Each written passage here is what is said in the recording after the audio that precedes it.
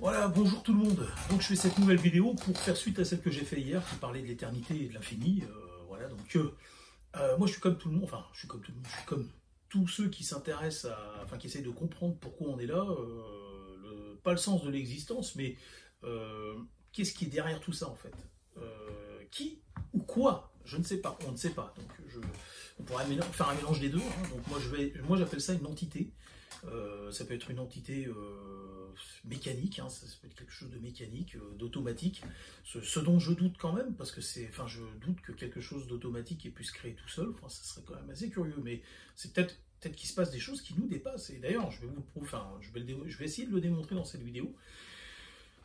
Selon moi, je pense que cette entité n'a pas la notion du temps, en fait. Il n'y a pas de temps pour cette entité, elle vit dans un moment qui est présent constamment, en fait, un éternel présent. Imaginez, oui, c'est en plus, il y a un oxymore là-dedans, un éternel, parce que dans le mot éternel, il y a le temps, en fait, hein, quelque part, mais dans quelque chose qui serait tout le temps au présent, il n'y a pas de temps, en fait, finalement, elle vit toujours au moment, il n'y a pas de temps, il n'y a pas de passé, il n'y a pas de futur non plus.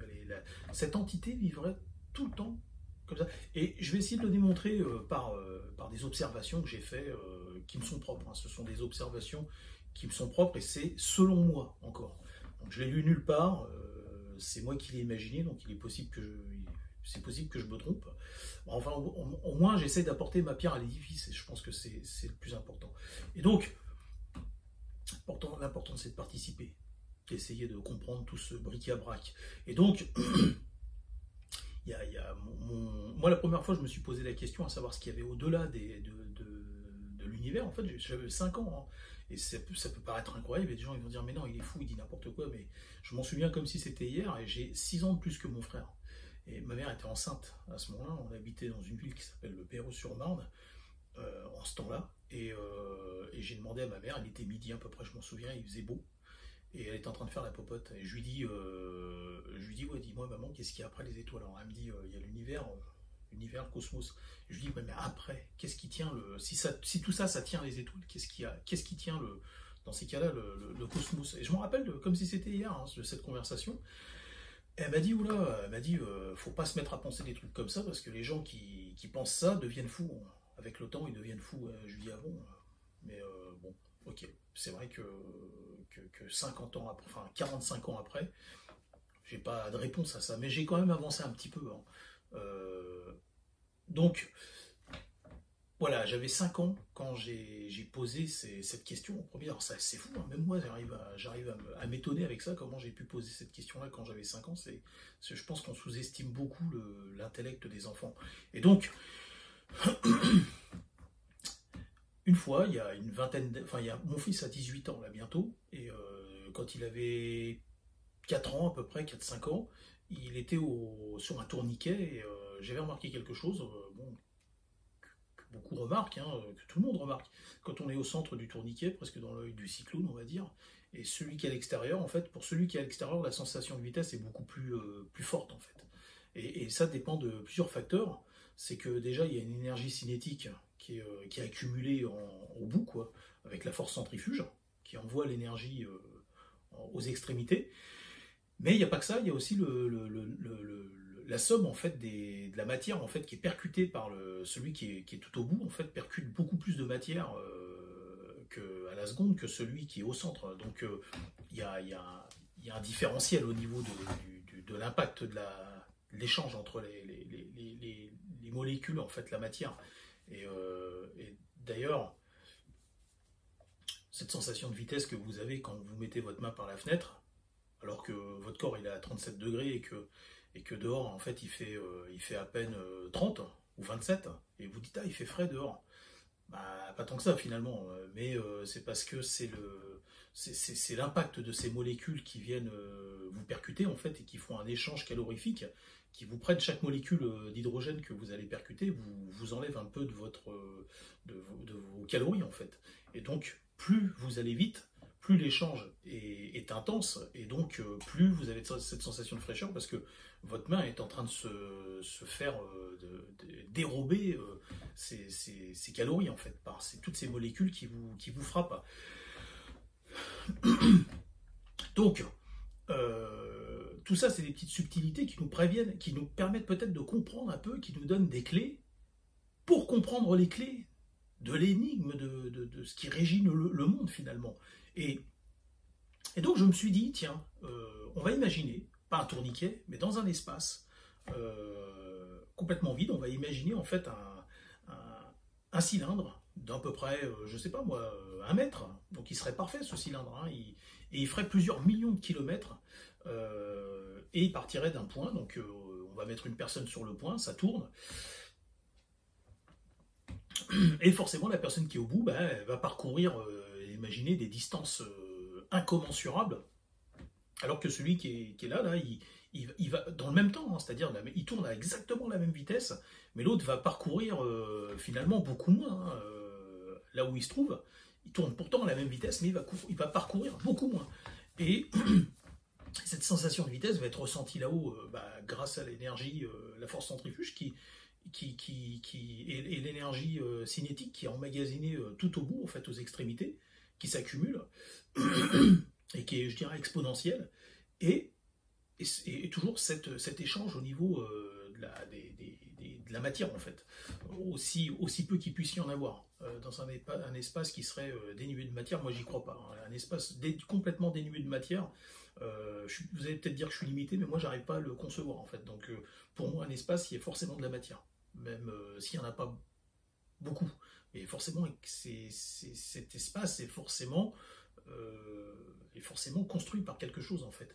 Et donc ce qui me laisse imaginer, enfin, déjà, sur cette première piste, je me dis que la vitesse semble être une illusion. Pour moi, c'est une illusion, la vitesse. Enfin, quelque part, pour moi, c'est une illusion. Et je me conserve dans cette idée où, quand j'imagine un espace complètement vide, donc infini, en plus de ça, il est infini et réparti de façon isotrope, donc il est infini dans toutes les directions, où qu'on aille, on va vers le bas, c'est infini, vers le haut, derrière, c'est infini. Et j'imagine un objet qui se déplace à la vitesse de la lumière, dans cet espace infini. Mais si il est infini, il n'y a pas de départ, il n'y a pas d'arrivée, donc il n'y a pas de point A et de point B. Donc, en fait, sa vitesse, elle est caduque, elle est annulée, il fait du surplace, en fait. Si vous êtes dans quelque chose qui est infini, dans un espace qui est infini, en fait, vous vous déplacez tout le temps, enfin, vous faites du surplace quand vous... Enfin, je ne sais pas si vous voyez mon raisonnement. Vous vous déplacez à la vitesse de la lumière dans quelque chose, s'il y a un point A, un point B, on peut quantifier et mesurer comment on appelle ça, l'évolution, en fait, par rapport aux distances. Mais s'il n'y a pas de distance, s'il n'y a rien, s'il n'y a pas de départ, il n'y a pas de point A, il n'y a pas de point A, il n'y a pas de point B, donc si vous vous déplacez à la vitesse de la lumière, en fait, c'est caduque, c'est annulé. Vous ne déplacez plus, en fait. C'est comme dans un univers qui serait infini, toujours réparti de façon isotrope, il ne peut pas y avoir de centre, on est bien d'accord. Il ne peut pas y avoir de centre constant. Et pourtant, si vous êtes dans un univers qui est infini et réparti de façon isotrope, vous êtes systématiquement tout le temps au centre. Ben oui, vous êtes tout le temps au centre, parce que, où que vous soyez, on peut dire que vous pouvez représenter le centre. Mais pourtant, il ne peut pas y avoir de centre. On peut dire, alors, on s'aperçoit qu'en fait, comme je vous disais hier, le verre à moitié plein et à moitié vide, on s'aperçoit qu'il peut y avoir deux réalités qui n'en font qu'une, en fait. Donc finalement, on pourrait presque dire 3 réalités. Et vous remarquerez que les choses fonctionnent souvent par 3. Ça, des gens l'avaient remarqué bien avant moi. Donc il y a ça. Et puis, secondo, je vais faire le point sur le temps. Pour moi, le temps n'existe pas. Le temps n'existe pas. Le temps, c'est un instrument de mesure. Alors ça, c'est selon moi, encore une fois. Je l'ai lu nulle part. C'est selon moi. Pour moi, le temps est un instrument de mesure artificiel qui peut être utilisé par des formes de vie dites intelligentes pour se repérer dans l'évolution perpétuelle de la matière. C'est-à-dire que quelqu'un qui n'aurait pas le même système solaire n'a pas le même temps, forcément. Et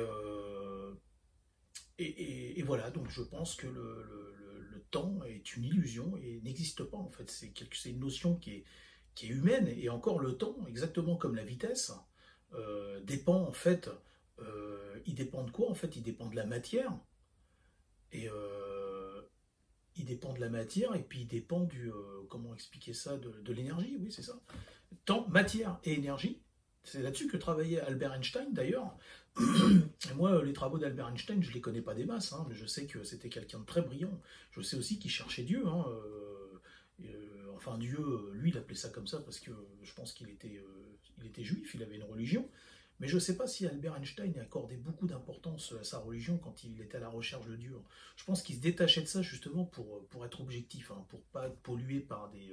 Alors je dis pas que la religion juive pollue, hein, je dis que les religions sont des dogmes qui nous figent dans un esprit, un état d'esprit. Donc si on se raccroche qu'à ça quand on fait ses recherches, alors je pense qu'on va être vachement limité en fait.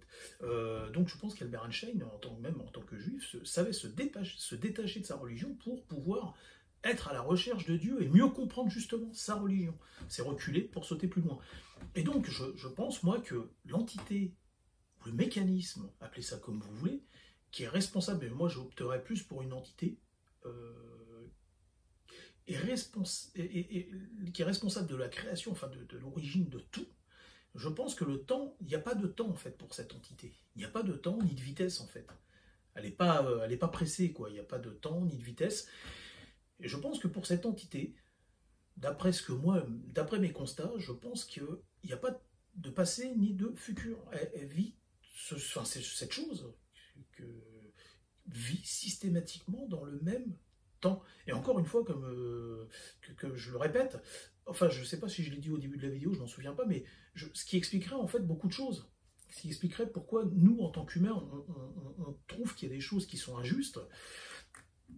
Parce qu'on se dit qu'il ne peut pas y avoir de Dieu si il y a de la pédophilie ou si il y a des enfants qui naissent sans yeux. Ou alors les siamois là, qu'il va falloir détacher puis qui vont mourir. Il ne peut pas y avoir de Dieu suite à toutes ces injustices en fait. Mais imaginons que pour cette entité, tout soit déjà réglé en fait. Tout soit déjà réglé avant même que ça commence. C'est-à-dire que nous, on voit qu'il va y avoir du temps et de la souffrance en fait, et que dans le futur il va falloir qu'on souffre de tout ça, mais imaginez que pour cette entité en fait, tout soit déjà réglé. Et comme elle vit dans il n'y a pas de notion de temps pour cette entité, tout est au même moment en fait. Il n'y a pas d'éternité, il n'y a pas tout est au même moment en fait. Tout se passe au même moment. Alors ça nous explique pas comment cette chose a pu arriver sans même naître.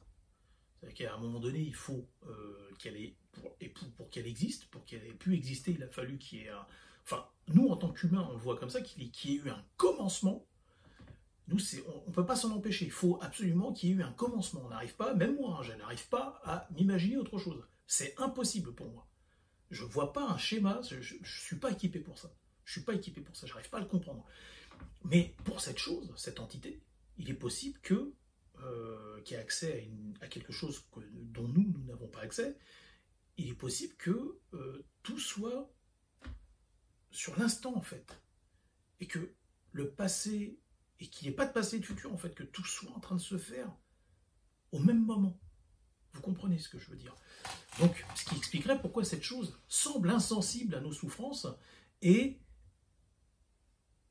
que nous, ici-bas, nous disions, enfin, à notre échelle à nous, on se dit, mais c'est pas normal qu'on laisse faire des choses comme ça, en fait. Parce que nous, on a le sentiment que la justice n'est pas faite au moment où on se pose cette question. Mais pour cette entité, en fait, tout est déjà ficelé, en fait. Tout est déjà réglé. Bon, ça, c'est juste une idée, c'est une théorie, hein, d'accord? Faut pas rentrer dans les... Enfin, faut pas... Ce ne sont que des théories. Ce sont que des théories. Dans vos commentaires, si vous trouvez qu'il y a des choses à critiquer, vous pouvez le faire sans être acerbe, vous pouvez le faire gentiment. Et voilà, donc la recherche, toujours dans le cadre de la recherche un peu de ce qu'il peut y avoir, qu'est-ce qui peut être à l'origine. En fait, c'est des clés, hein. Il y a une énigme. Il y a une énigme. Et il y a des clés. Ces clés sont elles-mêmes des énigmes, en fait. Et ça se trouve, cette énigme, elle est tellement simple qu'on ne peut pas la voir. Imaginons quelque chose qui serait tellement... On imagine quelque chose de complexe, en fait. Et n'oubliez pas que cette entité aime nous prendre à contre-pied, en fait. Elle aime toujours nous prendre à contre-pied. Et imaginez que, en fait, quelque chose soit si simple qu'on ne puisse pas le comprendre. Vous voyez ce que je veux dire? Ça serait dingue. Hein. Et qu'en fait, des fois, je me suis imaginé que les animaux, peut-être le voyaient. C'est pour ça qu'ils ne se prennent pas la tête, en fait. Ils réfléchissent pas plus que ça, parce qu'en fait, peut-être qu'eux, ils ont accès à ce truc-là, parce que la façon dont ils pensent, ils peuvent le voir.